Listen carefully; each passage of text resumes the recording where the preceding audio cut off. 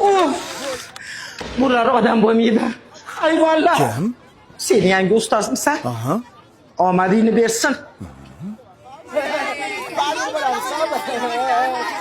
Hurmat. Bo'pti, charchaman, ketdim. Voy, qaqqa? Ishga. O'qishchi? O'qish meni va oilamni boqmaydi. Kim yana shu fikrda? Qancha topasan? 15 ming kuniga. Qolganlarchi? Men 20 ming topaman. Kompyuterxonada ishlayman.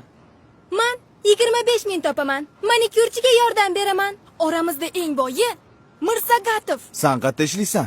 Bozorda arava tortaman. Kam 30 ming pulim bor kuniga. Sizlar bu narsalarni faxrlanib gapiryapsizlarmi, bolalar? Nima? Qornimizni to'ydirmaydigan beshlar bilan faxrlanaylikmi? Balki kelisharmiz.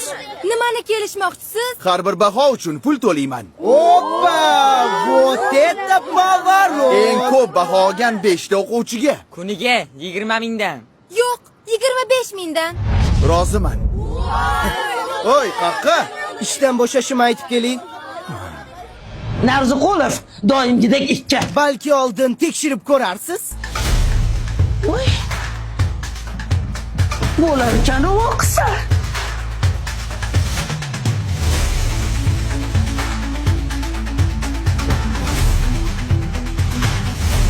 Bizga pul kerak emas. Biz o'qishni tanlaymiz.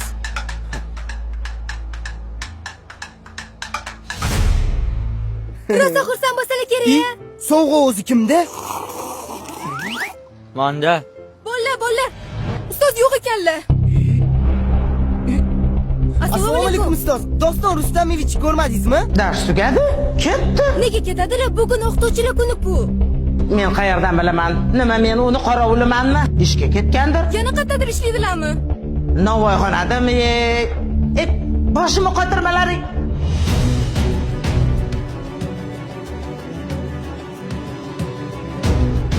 Ustoz, Iya? Kelinglar bolalar, non beraymi?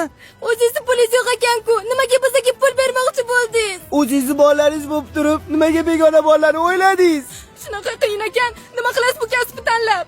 Ustozlik kasb emas, bolalarim. Ustozlik bu hayot yo'li.